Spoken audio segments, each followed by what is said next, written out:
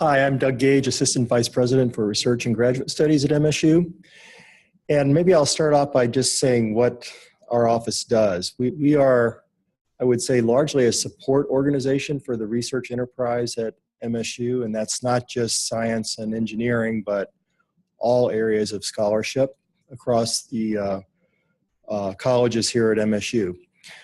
We do a number of things that we do manage to support the institution. So things like regulatory and compliance issues related to human subjects and animals, things like that.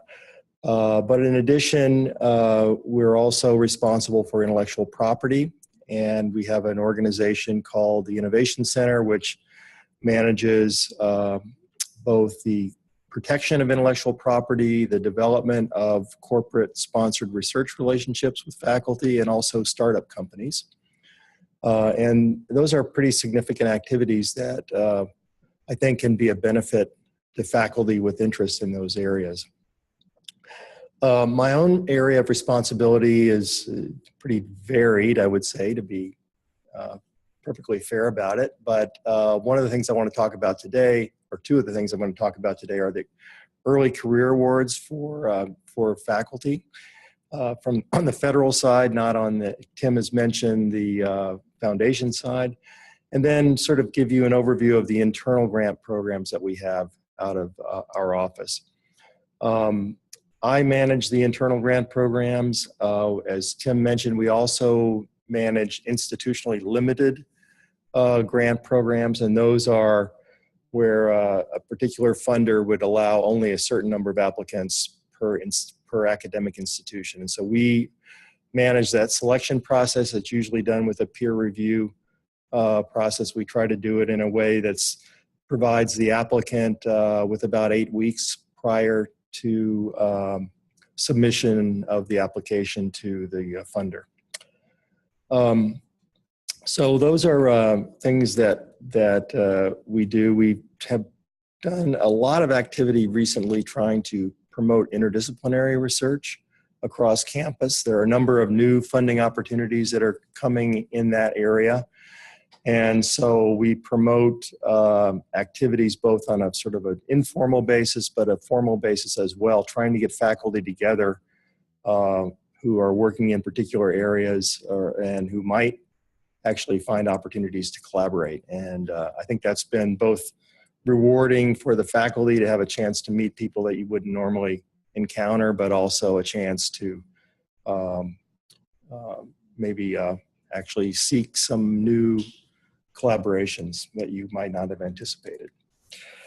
Okay, so I'm going to talk just a little bit about funding in general, finding funding. I guess John will probably talk in more depth about this, but there's a software tool which we support called SciVal, and you can it's very easy to use, but you can actually search across a variety of different topics and areas, and allows you to really come up with sometimes pretty obscure funders.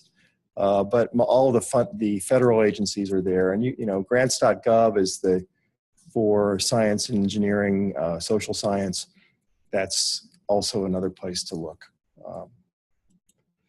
So I want to talk just at the first part of this talk around early career awards. Those are extremely important for new faculty. It's a way to really get your, I think because these are often quite prestigious, they're a way to really launch your career. And so someone with a NSF career award, that's a very good sign for your promotion and tenure, and as you move forward down your career development. It's quite useful. So this is a list here showing the federal agencies which offer career awards. Not all agencies do. NIH has a whole slew of them in with different designations around different topics. Some of them actually, like the K99, are pre-faculty awards, so sort of between postdoc and first position. But there are a variety of them, and you have to keep your eyes out for these, but I think they're quite useful. And then in the humanities, both the NEA and NEH have mechanisms as well to support faculty. So just as Tim mentioned, in these career awards, they're highly competitive. They are not all the same, targeting the same group. Some of them are a certain number of years post-degree or years in the tenure track position, so they vary by particular mechanism. They may be restricted by funding history, so if you've had a grant before, you may be ineligible to get them. Some are restricted by national status, whether you're a citizen or a permanent resident, and particularly in the Department of Defense, that's the case. And then there are research field restrictions as well. And these are often not restricted by the number of applicants that we can submit. So they're, unlike some of the foundation early career awards, often are institutionally limited. These are agencies which do not have early career awards. So USDA has talked about it, but they don't have any currently right now. These others, you might think that they should, but they do not. So those are particular, and some of these actually have normal grant programs. Obviously USDA does, but some of these others as well have external grant programs, but no early career awards. I'm going to switch gears now and talk about internal grant programs that we have. Now, the first three I'm going to talk about are all funded by the Michigan State University Foundation, and you've probably never heard of what the MSU Foundation is. It's an independent organization which was set up to be the recipient of royalties and license fees from MSU inventions. And the most famous one was a cancer drug called cisplatin, which brought in about $450 million in royalties over the life of the patent. And fortunately, MSU did not spend all that money up front. They set up a foundation, and the foundation is charged with doing two things, really supporting the research enterprise at MSU, developing new scholarship, and also looking for new commercial opportunities. So they support the Office of Intellectual Property and those kind of activities, as well as provide support for research. And specifically, they support these three grant programs. So the Strategic Partnership Grant is the largest one. It provides seed funds of about $400,000 over 3 years. And the objective is to really allow faculty groups to come together to really develop a competitive external application for funding. And by significant here, I mean not just an individual grant, but a center grant, a multi-investigator grant that might not otherwise be funded. And we recognize that, these things take time to develop. We encourage new collaboration, so we don't often support groups of faculty who've been working together for a long time. So it's meant to encourage new activities. Another aspect of this is the potential for intellectual property development, and the foundation is very interested in that. It's not a requirement, but if there is new potential intellectual property which can be commercially developed, then that's a particular advantage. So there's a process which the pre-proposal deadline has passed recently. The process is quite rigorous and comprehensive, I would say. There are review panels of faculty members who are set up based upon in disciplinary areas. So there are 5 different panels set up: basic and applied biology, engineering, physical science, and math, environmental studies and energy, health and biomedical sciences, and humanities, social science, and education. We really respect the amount of effort that the faculty put into these reviews.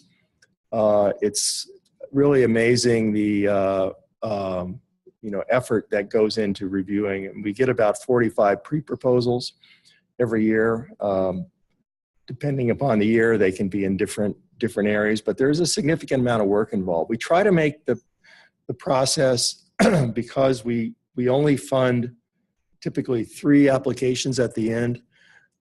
We want to make not make the pre-proposals very onerous, because I think that faculty time is the most valuable commodity we have around here, and so we don't want people spending a lot of time on things that may not be successful. So if there are 45 proposals, these are 5-page applications. We have a review by the review panels. Those panels then present their priorities to the Council of Research Deans, which are the associate deans for research in all the colleges. That group meets in November typically. And based upon the recommendations of the panels and a review of the core group, probably a subset of 10 or 12 of those 45 proposals are asked to submit full proposals. There was another review by the same, these are now more extensive applications. They're reviewed again by these same panels.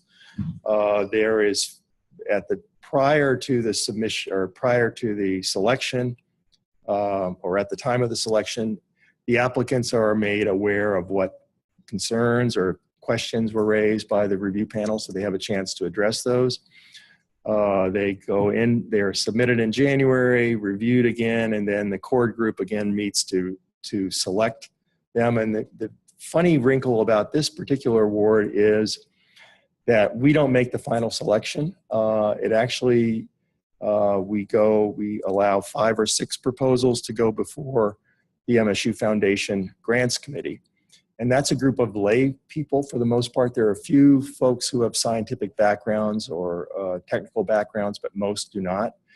And those applicants who are selected to go forward before that panel are allowed to make a presentation. And it's basically, you have a chance to convince this group that your proposal is going to meet the objectives that they wish to achieve.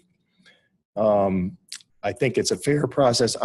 The university's perspective is we want to have the best proposals go forward. We believe all 6 of the ones that are selected are worthy of funding, and so the review process, which takes place before that, is very rigorous. We think that the proposals that go forward are all excellent, and it's really on the applicants then to convince the panel that they are the best one. This year we instituted a 20% match requirement from either the college, typically from the college, that would be in addition to the $400,000. And it's sort of a skin in the game kind of argument, I guess I would say, but I think many colleges have been doing this in the past, and I think one, provides more resources, but also shows the commitment of the colleges, which is important to the foundation. In a very different vein, there is a dedicated program for humanities and arts called HARP. The applications, I think, are just coming up right now. I think they're due today, if I'm not mistaken. And these are around, they're really dedicated to humanities research, both basic research or basic scholarship, as well as exhibitions and performance preparations. So the whole program is about $300,000 in total. The grants range from $5,000 for some of the exhibit and performance support, and up to $25,000 for basic scholarship work. Again, there are panels that are selected or show the faculty who are selected come and review these applications. Again, it's a very rigorous process. I think it's a fair process. It's an opportunity that many in the arts and humanities don't really have external funding, or not as many external funding options. So this is a way that the university can support their scholarship. And we do, as much as possible, I try to find additional money for that. So last year we provided another $125,000 for this program out of our own internal budgets. So we value it. I think it's something that it's very worthwhile, and the foundation values it as well. So there are deadlines. There are 2 rounds of these programs, both in the fall and in the spring. And I think, have been very successful. Finally, there was a bridge, what we would call bridge program funding. And it's, the name of the program is Discretionary Funding Initiative. And this is to provide funding for applicants who almost got external funding, but just missed the cut. And we allow the colleges to make the selection of those applications. And so they provide a prioritized list to us. Usually what the college associate deans want is the reviews that were provided by the funders, and a plan to address those concerns and try to resubmit. And I think that the return on investment for this has been remarkable. There's a very large percentage of these applications who, upon resubmission, are funded. So we're very happy about that. This is a $300,000 program also, and there's a 1-to-1 match required. So we have $600,000 to award in $50,000 chunks, half from the college and half from our office. Again, I try to find as much extra money as we can. We had almost $170,000 last year in funding that we added to the foundation's funds. And I think, again, this is a very, very worthwhile program. I wish we had 3 times as much money. I think we could use it. But it is, it's really based upon the college, your peer review of your peers' review and your college leadership selection of the proposals.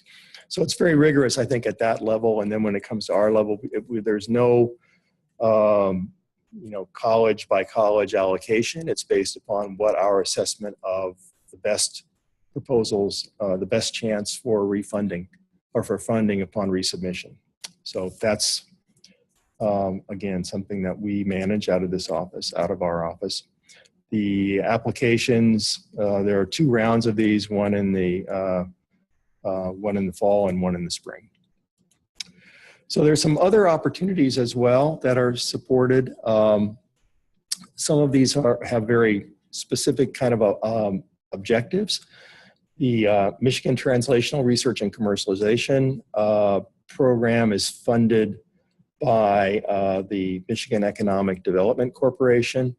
And so they're looking for opportunities to convert research activities into commercial activities, companies, and other things. The MSU award, which has been in existence now for 2.5 years, is around, I would say, biotechnology-based proposals. But this year, there are several other universities that have these awards. The University of Michigan has 2 of them actually, one in engineering and one in health. And so they've made these now statewide, so you can apply across the state to different technical areas. There are a variety of different funding levels in this program, from very modest, like $5,000 up to $500,000 if you have a corporate partner that is supporting the project on a 1-to-1 basis. There is a new center on campus called the Center for Research on Ingredient Safety, which is looking at food safety. They have a pilot grant program, which is coming up, I think, end of September. That's a new program, so you can go to their website and find it. Supported out of our office is something called S3. It's Science and Society at State, and this is sort of a social science or humanities-based program. Lyman Briggs is involved in this as well. And So it's again, a program where there's a small pilot grants that has been in existence probably for 2.5 years as well, I think. I think I managed to put the Chris thing in there twice. Sorry about that. But there is one other one I wanted to mention, and there's a Clinical and Translational Research Institute on campus in supporting conversion of basic research into clinical practice. And so they have pilot studies, which are also, they're funded on a rolling basis, so there's not a specific deadline. But the CTSI also supports some internal funding. So those are the main ones. There are a few others, but I think those are the ones that would be most relevant to most scholars on campus.